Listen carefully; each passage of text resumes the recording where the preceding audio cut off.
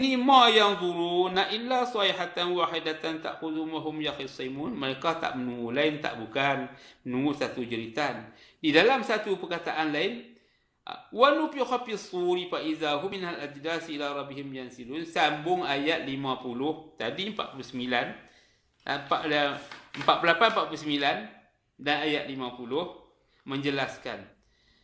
Dan ditiuplah sangkakala, bukan macam Mak Nawab, yakni apabila diseru menasihat macam tu, macam saya nasihat sahabat saya ni, tak mau dengar, melawan, marah, dia kata saya songsang. Bila nasihat ni, itulah bagaikan tiupan amat menyakiti hati. Macam itulah contohnya tuan-tuan. Bila mengkhabarkan Tuhan bukan Allah, Allah bukan Tuhan, marah sangat. Apa hang salah seorang ni ustaz?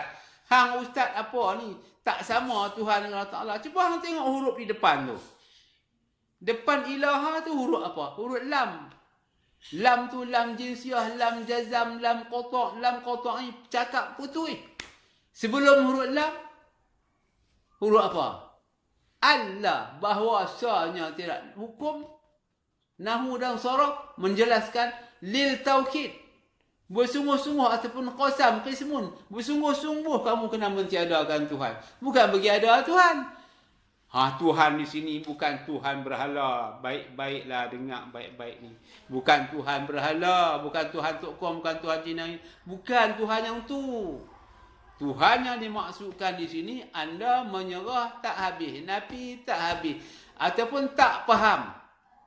Menyerah tak habis, nafi tak habis, menyerah katanya tak habis, masih ada di jiwa anda masih pakai juga, iaitu tukang kata. Tukang kata tu syirik tersembunyi. Bagaimana nak bagi habis tukang kata tu?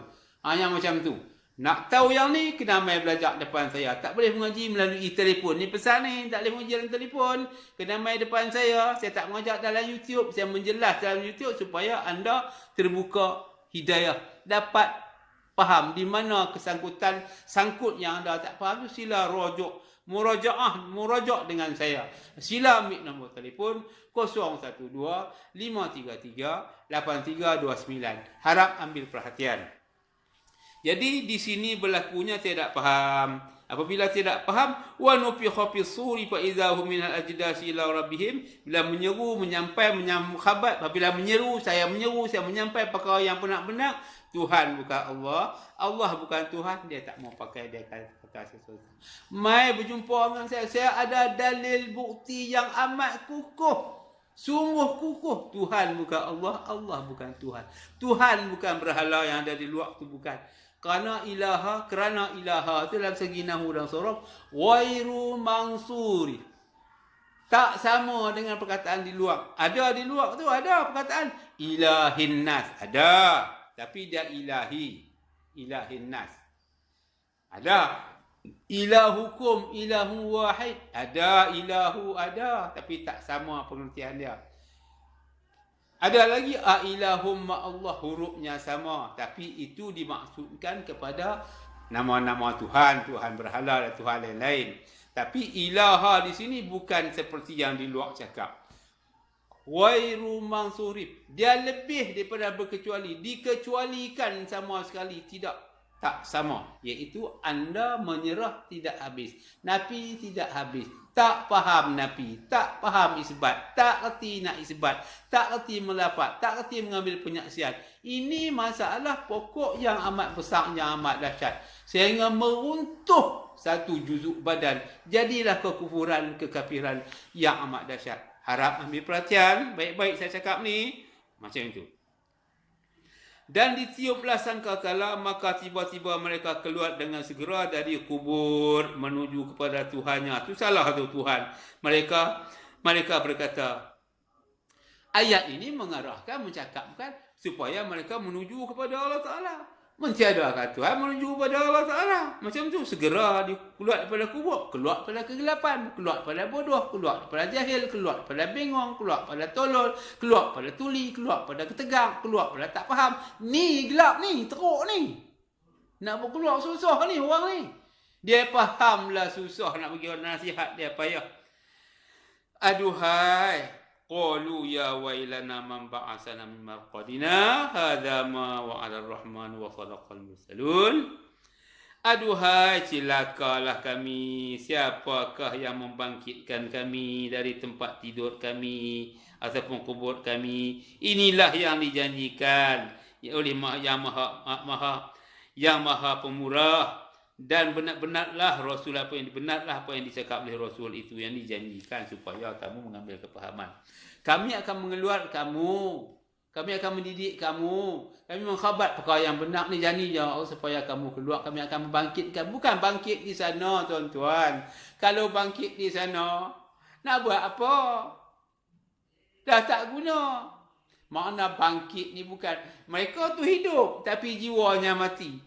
Nak berhidup balik jiwa tu dipanggil bangkit. Dalam bahasa Arab dipanggil ya ba'asuhumullah, akan membangkitkan mereka, ataupun dipanggil juga dalam bahasa lagi ajdasi ila rabbihim, supaya dia dikubur, dikeluar dari kubur tu, dibangkit menuju, diberi nasihat.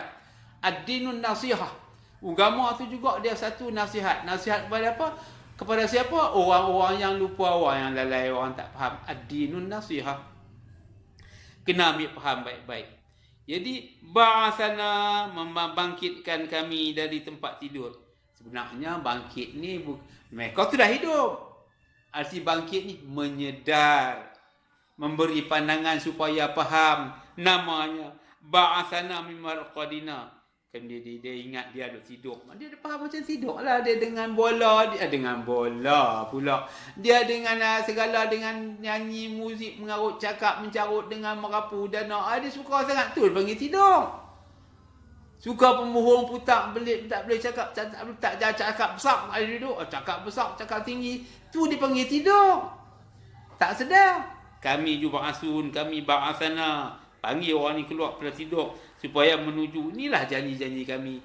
Walaupun kami tak faham, kami akan utus nabi-nabi kami, rasul-rasul kami, ahli-ahli yang faham bab-bab tauhid, orang-orang yang beri hidayah, menyampai pada kamu supaya kamu keluar daripada ajdas, iaitu kubur yang dalam, lagi amat dalam, bagaikan lubuk ataupun lautan yang amat dalam. Au kaghulumatin fi bahril lujjin yaghshahu mawjum min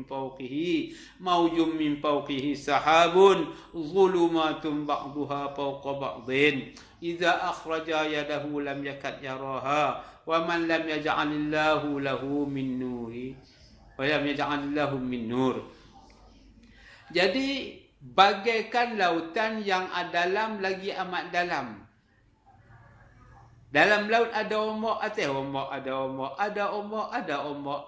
Atas ombak pula ada awan, atas awan ada awan, atas awan ada petir. Macam itu dibagaikan au kazulumatun fi bahril lujji yaghshahu mawjum min fawqihi sahabun zulumatun ba'daha fawqa ba'din idza akhraja lam yadahu lam yakad yaraha wa man lam yaj'alillahu min nurin faman lahu min nur.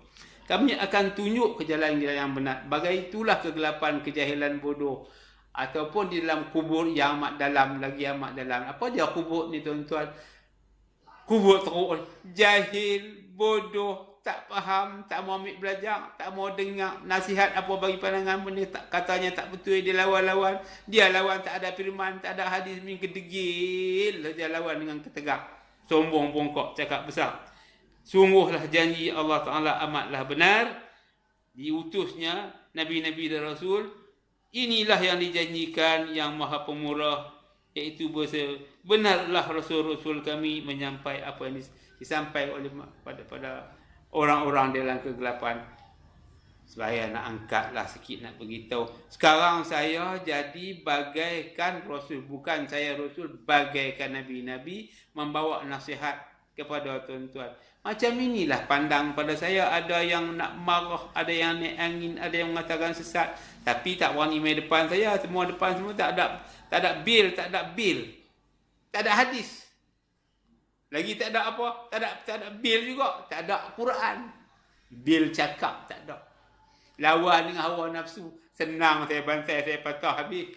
Kalah habis, tak boleh belok dengan saya. Macam-macam tokoh main semua kalah. Saya bantai cukup-cukup.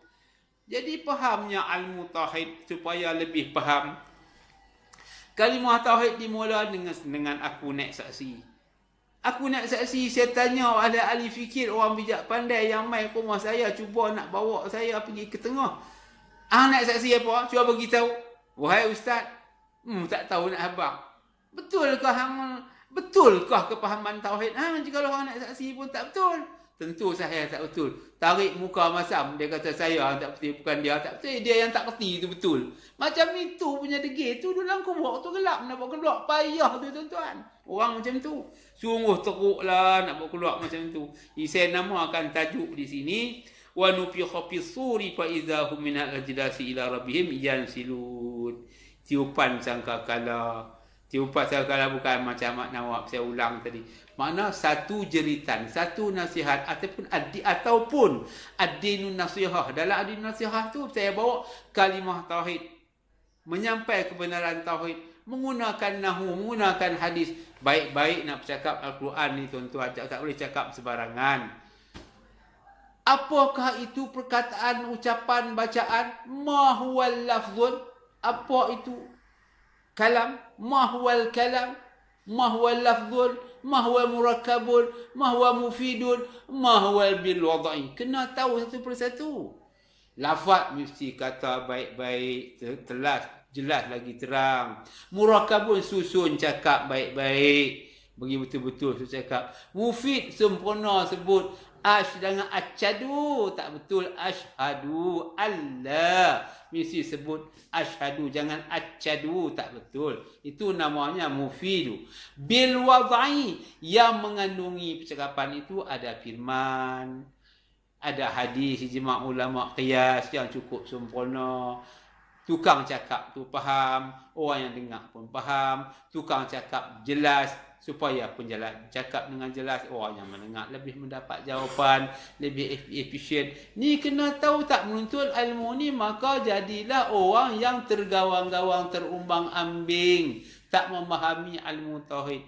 Oleh itu saya nasihatkan kepada tuan-tuan yang di luar di sana, yang tak faham ilmu tauhid, yang kekeliruan ilmu tauhid, sila datang berjumpa dengan saya. Saya anggapkan, saya katakan, sebab saya perhatikan keadaan ini, saya tanya banyak dah tuk-tuk mana tu orang bijak pandai lah. Aku nak saksi apa pun tak tahu. Banyak pensyarah agama, bab-bab ilmu tauhid, saya tanya, dia kisah sifat 20. Baik-baiklah tuan-tuan, bukan saya nak peleceh sifat 20, sungguh teruklah sifat 20 ni bila diperbuat.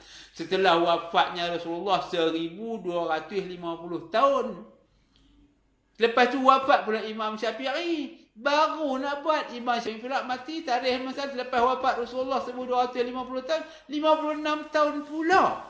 Bermakna 1266 tahun.